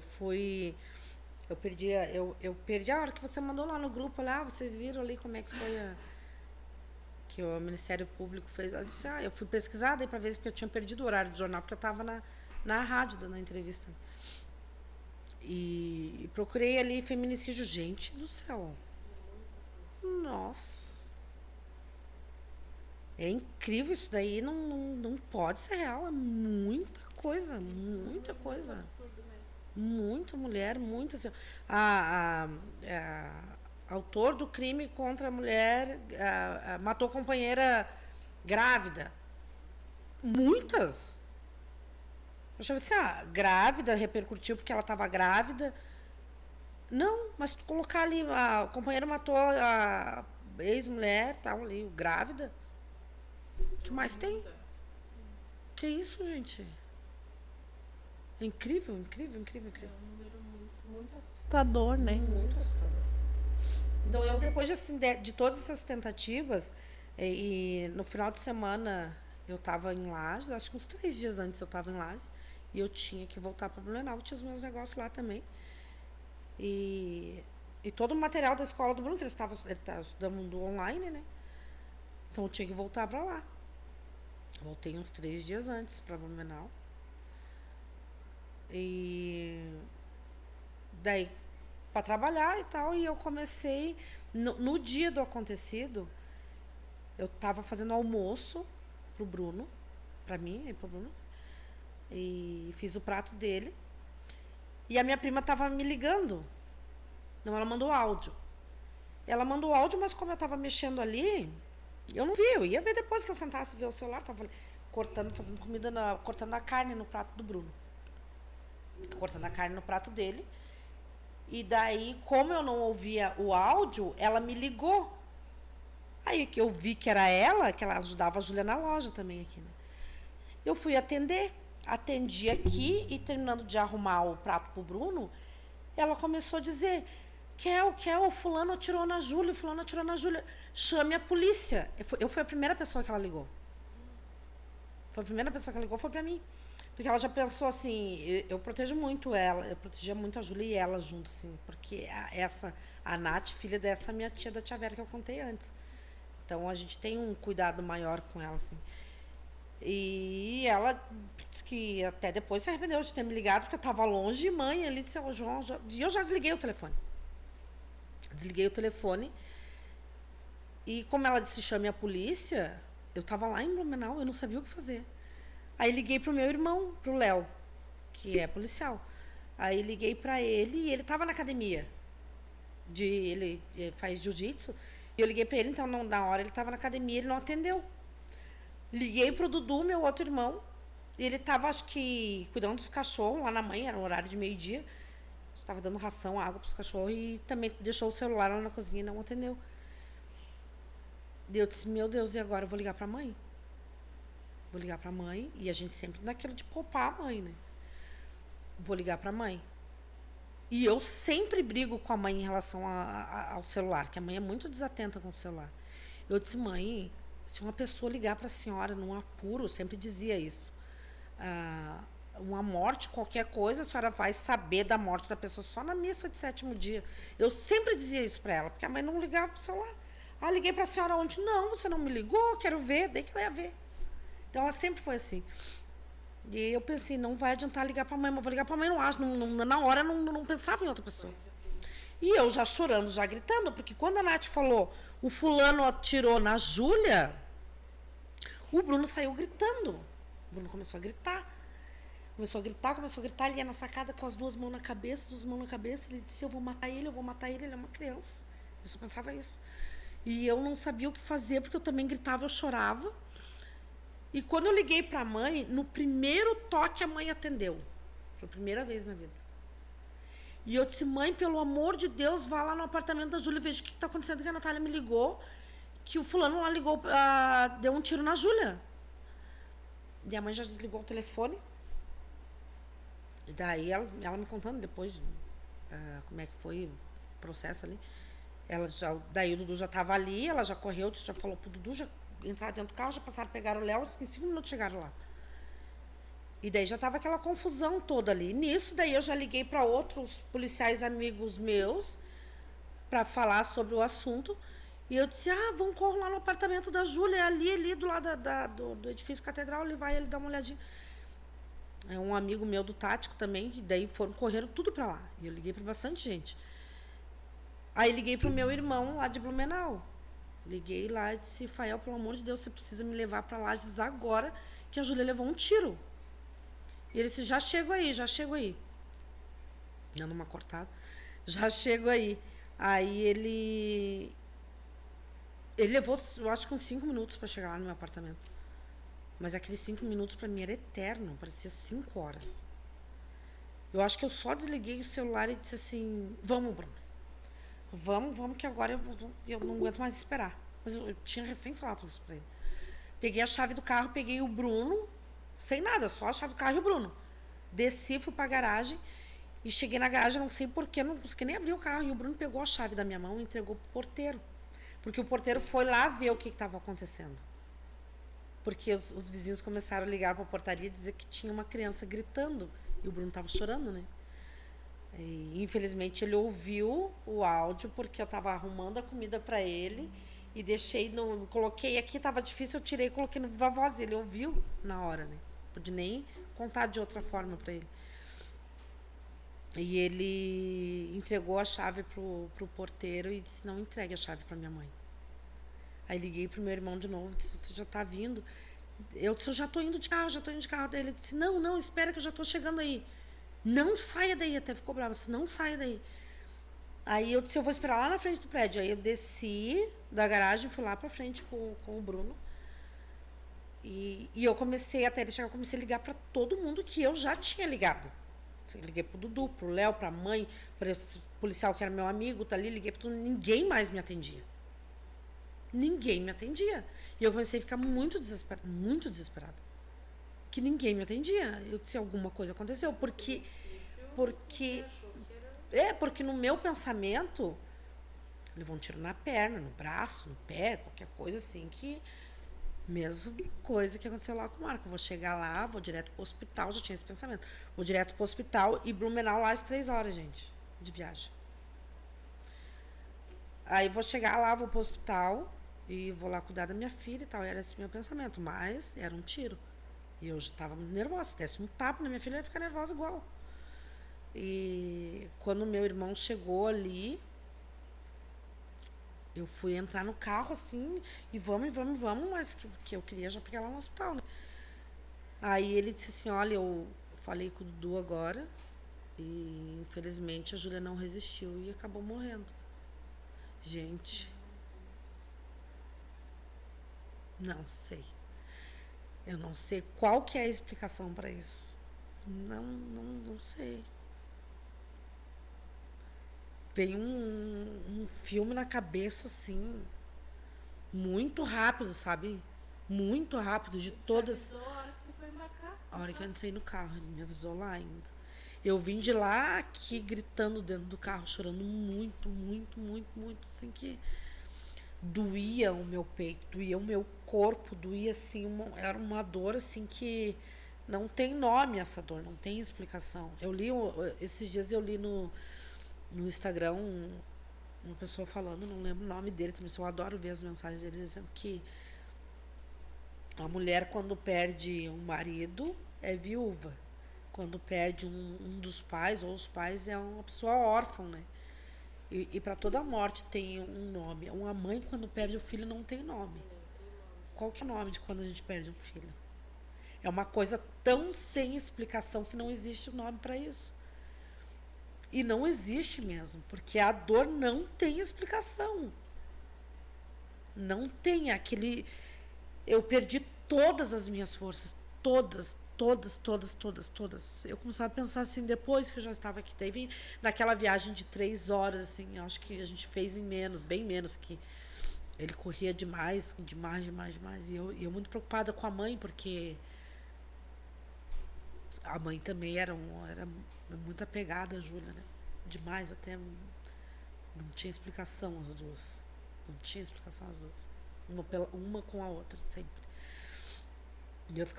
E eu dizia: Fael, liga pra mãe, vê onde tá a mãe. A Júlia é a vida da mãe, a vida bem inteirinha da mãe. Vê como tá a mãe.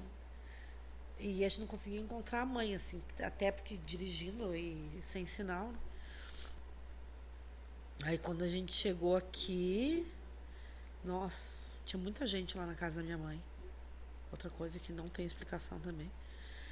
Aí tinha muita gente, eu só pedi pra minha mãe, eu não quero que ninguém fique me olhando. Vou lá pro quarto, comecei a gritar demais, eu cheguei aqui, eu não conseguia descer as escadas lá da casa da mãe.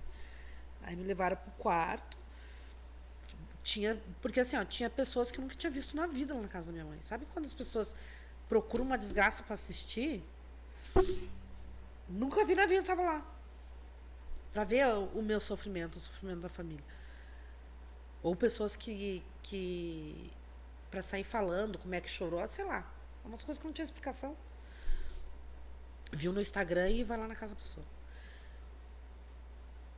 E aquilo foi muito chocante pra mim, assim, que chegou uma hora que eu fiquei parada, assim, na cama da minha mãe, sentada. E só as lágrimas escorriam, assim. E eu ficava pensando assim... Desde o começo que eu contei a história aqui, que a gente começou, eu comecei a pensar tudo isso na hora, assim. Gente, eu tive uma gravidez que não foi fácil. Eu fui abandonada pelo pai da minha filha. Eu criei ela sozinha. Ela chorou 4 meses, a noite inteira. Eu ia trabalhar cedo. Eu tive uma depressão pós-parto, eu fiquei 1 mês na maternidade internada. A minha filha tinha de tudo. Sempre estudou em escola particular, sempre teve as melhores coisas, que sempre fui eu que dei. Nunca faltou nada para ela. Cada dor que ela sentia era uma dor minha. Cada coisa boa que ela fazia era a minha alegria. Ela era a minha filha. Era minha. Ninguém tinha o direito de tirar ela de mim. E vem uma pessoa, não sei de onde, não sei quem, e do nada tira a minha filha de mim.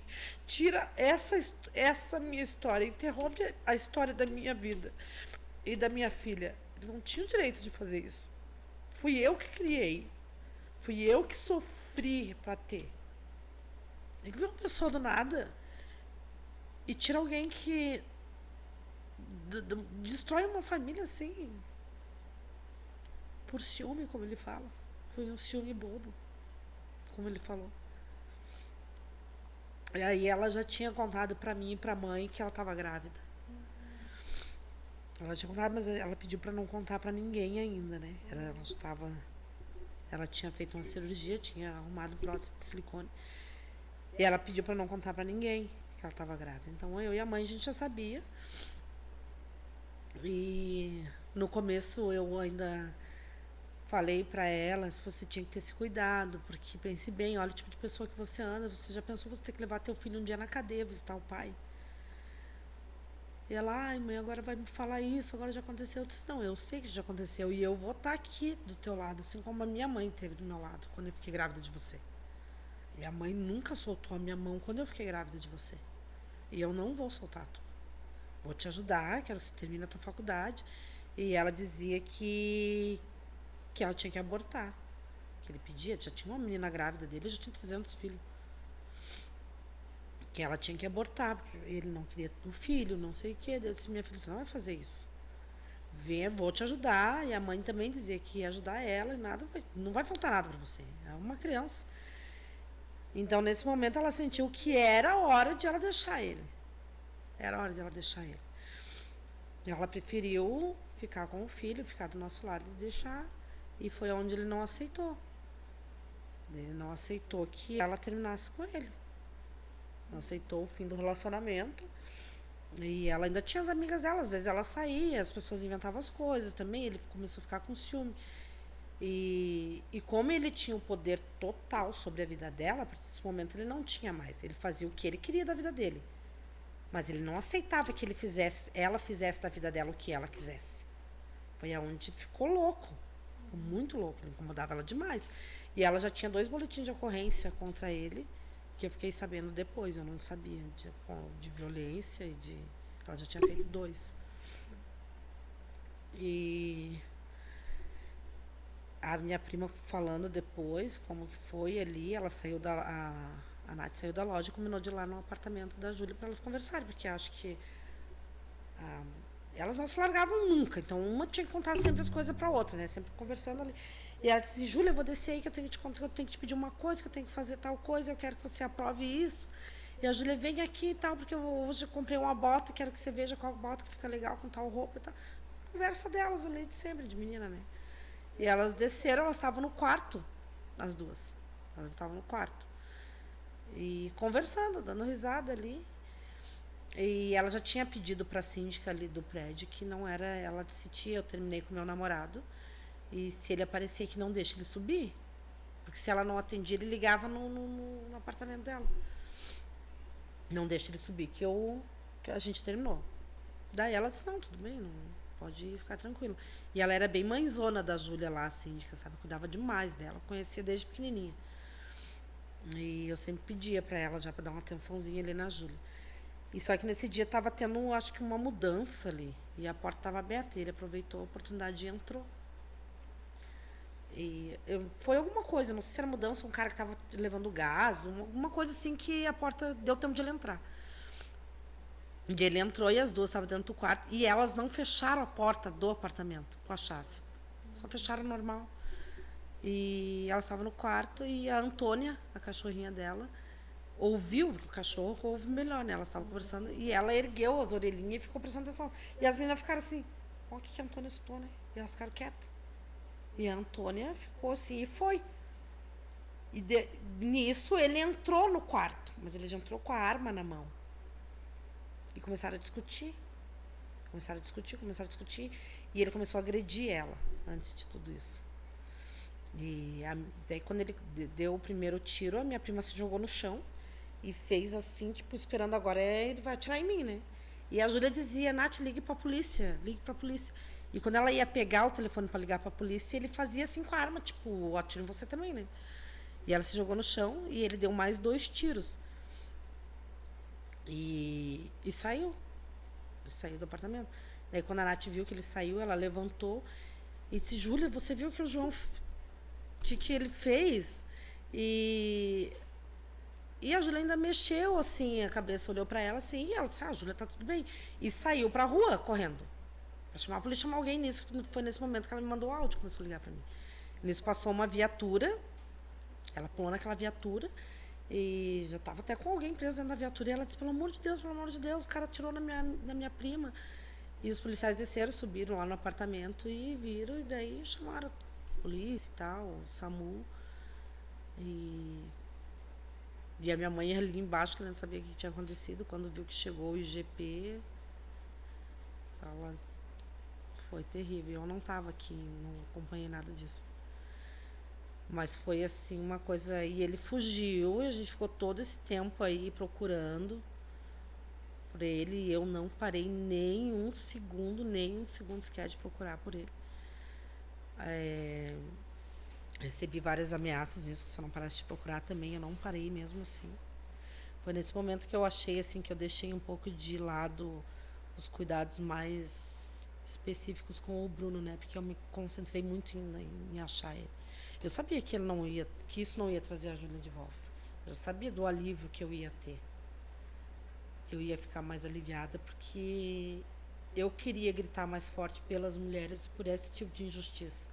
Que não acontecesse com outras mulheres. Vai continuar acontecendo se a gente permanecer calada. Isso vai acontecer sempre, porque as mulheres escondem, as meninas têm medo, têm vergonha de falar. A vergonha é pior ainda. É pior porque a gente avisa e elas não ouvem. Aí acontece, elas não querem contar porque elas estão vergonha. Não, mas me avisou, agora que vergonha, não vou contar. E daí também por gostar muito, pensa assim, não, mas aí se eu falar agora e quiser voltar depois. E eu sempre muito antenada a isso. Eu pegava o celular dela, me dá esse celular agora, o que eu quero ver? Sempre muito ligada. Qualquer piscada dela diferente, eu sabia. Tu piscou diferente. O que está acontecendo? Então, eu sabia, me dá o celular. Eu já ia no celular, já ia atrás dele, já ficava louca. E nesse tempo eu fiquei mais louca ainda. Fiquei atrás dele todo o tempo. Eu ia na rádio, televisão, outdoor, Instagram. Sempre procurando. Nunca desisti. Com ameaça, sem ameaça, com qualquer coisa. Então, quando eu vi nessa semana a reportagem da delegada falando que foi um trabalho único, exclusivo da polícia, ainda bem que às vezes a gente atrapalhava fazendo alguns pronunciamentos ali, que onde ele estava ele podia se deslocar, e por a gente ter desacreditado no trabalho da polícia. Eu não desacreditei no trabalho da polícia, só que eu tenho o meu papel de cobrar da polícia também, das autoridades. Como eu não sabia do trabalho deles, eu tinha que cobrar. Eles estavam em silêncio, eu tenho o direito de cobrar, assim como eles têm o direito de reclamar depois. Mas eu tenho que cobrar. Porque as pessoas também cobravam de mim. Mas tua família, teus irmãos são todos policiais, você é de uma família militar. Todos os dias, aonde eu vou... agora não vai acontecer mais, graças a Deus. Não acharam ainda Nada do cara. E a polícia, mas teus irmãos não são policiais? Eu ouvia isso 200 vezes por dia. Eu já nem ia na loja. Se eu fosse na loja, entrava gente todo segundo lá. Nada do cara. Aí eu tava aqui só pra vir te dar um abraço, mas nada dele. Mas que vagabundo. Ah, mas não aguentava mais. E eu procurava. Assim como as pessoas procuravam de mim, cobravam de mim, eu também cobrava da polícia e das autoridades. E esse é o meu direito. E assim como era uma obrigação minha, eu me sentia na obrigação de procurar e não incessantemente. Isso era uma obrigação da polícia também. Então, ela falando ou não também não vai me atingir em nada. E foi um trabalho muito bem feito da polícia, muito bem feito. Sou imensamente grata a eles também, que se não fosse eles não iam encontrar. E agora a justiça está sendo feita, né? Ele está lá preso. Fico muito triste que a nossa lei é muito antiga também, que não vai ficar muito tempo lá. Recebo também toda hora mensagens das pessoas, outros que eu quero. Eu recebi tanta mensagem do dia que ele foi preso que a gente recebeu a notícia bem cedo, né? Já liguei para a Dani na hora, foi para lá, Dani e o Lucas, a mãe. E eu chorei muito, muito, muito, gritado. Passei mal, fiquei ruim, porque eu revivi todo aquele momento daquele dia.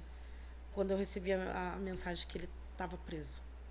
Parece que foi no dia isso. Parece que tinha acontecido no dia, na hora ali. Eu revivi tudo, doía o meu corpo. Eu chorava gritado. Parece que tinha acontecido aquilo tudo de novo. E eu recebi muita mensagem, muitas ligações, muita mensagem. E eu não consegui responder ninguém, quase ninguém. Então, já quero dizer aqui que eu fico muito grata a todas as pessoas que me mandaram mensagem e que me apoiaram todo esse tempo em orações, em mensagem, em qualquer tipo de ajuda, assim. Foi muito bem-vinda sempre, sabe? Um apoio da população muito grande, principalmente das mães, né? E desde esse dia também já comecei a receber mensagem do Se Cuide. Estão te prometendo, já ouvi aqui que vão te pegar. E eu já fico com medo, já tirei o Bruno da escola. Bastante ameaças, assim. Que eu não tenho medo por mim. Por mim, eu não tenho medo de enfrentar nada. Mas pela minha família, né? Pelo Bruno. Porque também teve o episódio que descarregaram uma arma de fogo na frente da casa da minha mãe, no carro do meu irmão e na casa, né? Relacionado a isso também. Né? Que como a polícia trabalha em silêncio, provavelmente daqui a pouco a gente vai ter uma resposta de quem fez isso. Porque mora a minha mãe, meu sobrinho e meu irmão. E deram não sei quantos tiros lá na frente. Eu cheguei lá, chamei a polícia. A gente sabe quem foi, também não vou poder falar, porque tem as provas, mas está lá na polícia. E vamos esperar que a polícia faça o trabalho deles de novo, né? Então, como aconteceu isso, eu tenho muito medo que aconteça comigo também, com meu filho. E a gente recebeu bastante ameaça depois que ele foi preso. Então, eu não quero passar por nenhum tipo de dor e espero que isso cesse aqui. Não quero que, de repente, fiquem com raiva de mim por não ter, se ficar, não ter parado de procurar por ele até que ele fosse encontrado e tal, e cumprir, né? Preso, sei lá como é que fala. Porque as pessoas que estão falando de mim, que tem raiva da parte dele, elas também têm filho, gente. Ou queria o quê? Que tirasse a vida da minha filha? Que tirou a vida da minha filha, tirou a minha vida também. Tirou a vida da minha mãe também, do meu irmão. As pessoas que estão sofrendo. Eu ia deixar assim, matou, nossa, que legal. Então agora eu vou deixar ele, coitado também, né? Não tem explicação. As pessoas têm raiva de mim, querem se vingar de mim, por quê? Qual é o propósito? É o papel da mãe, né? Perdoa. E vamos continuar nessa luta aí pelas outras filhas, pelas outras mulheres. Mulheres de faces. Mulheres de fases. Vocês viram Da tanto vida fases? de Raquel Batista. São muitas fases. Fases mesmo, tem que ter. Mas cabe aqui um parênteses, né? A respeito de você, com teu cuidado com o Bruno, toda a tua luta e todo o esforço que você está fazendo aí para continuar, né? De cabeça erguida. Então a gente tem a elogiar muito, né? Todo o teu papel aí como mãe, como filha, como, né, como irmã, como mulher da sociedade que continua aí lutando pelas outras mulheres também, né? Então a gente tá Por aqui mim, pra... por vocês, por todas as mulheres, porque a gente é do sexo frágil, né? A gente grita, a gente é escandalosa, a gente quebra um copo, mas a gente vai enfrentar um homem, a gente vai apanhar, lógico. E no dia, eu hoje me sinto aliviada. A minha filha, a saudade dela continua e isso é eterno. Eu vou lembrar dela cada segundo, sempre. Eu passei esses 14 meses lembrando dela todos os segundos, tudo do que ela falava, do que ela fazia, do jeito de ela, do jeito manhoso dela falar, tudo me lembra ela, tudo, do jeito que eu arrumava o cabelo dela. Ela era grande já, às vezes ela disse, mãe, lava meu cabelo, porque ela não lavava direito. Essa Júlia, você não lavou direito porque tá cheio de shampoo, de creme, sei lá. E aí a escovar tava muito cheio de creme. Eu lavava, ela já tinha 18 anos, eu lavava o cabelo dela. Então a gente era muito amigas as duas, assim. Então não tem como eu não sentir falta dela. Isso não existe, né? Eu não sei se é pior ou se é melhor, porque é muita lembrança, muito áudio, muitos vídeos, e antigamente não era assim, né? Antigamente, se você perdia alguém, olhava uma foto, uma coisa, né?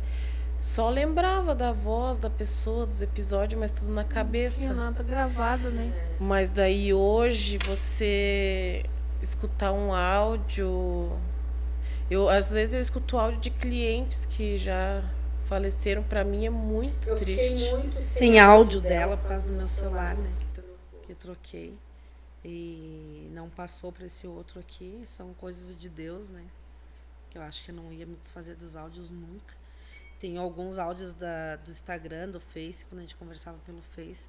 Até já li mais de 1 milhão de vezes as mensagens dela. Teve uma que ela me disse, mãe, se arrume, vá sair, saia com tuas amigas, vá se divertir, vá se distrair um pouquinho. Que ela queria que eu vivesse mais a minha vida, porque eu vivia muito eles só, né? Passei esse tempo todo vivendo só eles, e ela queria que eu fosse normal. Agora não, agora sim, que agora fiquei louca de vez. E a gente era muito apegada. Então, assim, a saudade vai ficar, mas hoje eu tenho essa sensação de alívio e a sensação de que agora eu posso tocar a minha vida.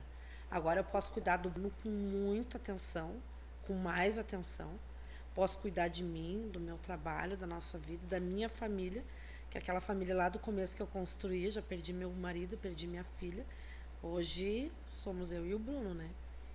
Então, esse cuidado mais específico com ele, comigo. Até porque o foco mais agora antes era procurar achar, né? Era aquela fissura. É isso aí que eu pensava, gente, eu tô muito atrás, muito focada nisso daí. E o Bruno dorme comigo, né? Eu dormi enrolada nele igual uma cobra. E quando ele dormia, assim, que eu conseguia, que eu grudava nele, eu pensava, ai, filho, desculpa. Mas agora eu tô vendo esse momento aqui mas a mãe tá aqui. E ele cuida muito de mim. Ele é muito preocupado comigo. Ele não chora na minha frente. Então, com a psicóloga também, ele não consegue se abrir, ele não gosta de falar sobre o assunto. Ele não fala de jeito nenhum sobre a Kê. Uma vez eu peguei ele chorando, que ele me chamou, mãe, eu tô com muita saudade da Kê. Então, assim, ele é muito sensível em relação a assistir um filme triste, ouvir uma música que lembra Kê. Ele troca, porque ele não quer chorar na minha frente. Ele foi pra casa do Dindo dele esses dias também, o Dindo depois me ligou preocupado, que ele começou a chorar muito. Ele chora em qualquer lugar, menos na minha frente. Então, ele tem essa preocupação comigo. E a Júlia era assim, com ele e comigo. Parece que ele ficou agora com a responsabilidade de cuidar de mim. E a minha irmã esses dias falando pra mim assim que... uma vez fui buscar a Júlia na terapia, porque a Júlia fazia terapia também. Fui buscar a Júlia na terapia e eu perguntei, Júlia, como é que foi hoje? Tia, eu já sei qual que é a minha missão aqui. A minha missão é cuidar da mãe. E eu disse assim pra minha irmã, disse, então, por que ela desistiu da missão do nada? Porque ela desistiu dessa missão, me deixar aqui desse jeito, brincando com ela, mas eu disse, meu Deus, ela tinha muita preocupação comigo. Muito, muito, muito. A gente era assim, era um pelo outro, né? Qualquer coisa que acontecia, já me ligava. Eu era o alicerce dela também. Já me ligava, eu já saía igual uma leoa, quebrando tudo. Quem foi que falou isso, quem que fez aquilo. Virava numa onça, uma giraia, né? Pra não deixar ela acontecer nada se alguém encostasse no fio de cabelo dela. É uma mãe super protetora. Muito, muito. E agora vamos assim, levando na Agora saudade. prosseguir, né? Perseverar e continuar. Tem o Bruninho aí pra cuidar e Ah, Bruna é minha fortaleza. Daí Eu costumo crescer, dizer pra né? ele que ele é o meu oxigênio, né? Você sabia que você é meu oxigênio? Dele tranca a respiração. Ele disse, você quer me dar oxigênio? Daí me abraça, me beija, ele é muito carinhoso. é um querido Bruno. Então é isso, né, minha gente? Queria agradecer, Raquel, por você ter compartilhado com a gente essa tua história aí, né? Foi uma história de luta, uma história com tristezas, também com alegrias, com boas recordações, né? Agora chega. Agora só alegria. Agora só alegria, né, pra gente, pros próximos episódios do podcast. Então fica aqui o nosso agradecimento e quando quiser é só chamar a gente novamente, se quiser participar de novo, vamos fazer uma reunião com mais gente aí, com mulherada. E a nossa vida já é um podcast que a gente fala todo dia, né? A gente fica conversando às vezes horas e eu digo, gente, isso aqui já é um podcast, né? Conta a vida inteira. Hoje mesmo foi o dia de falar sobre a infância, né? Tanto que a gente apanhava, tanto que aprontava, dos brinquedos que estragavam um do outro, gente, era assim.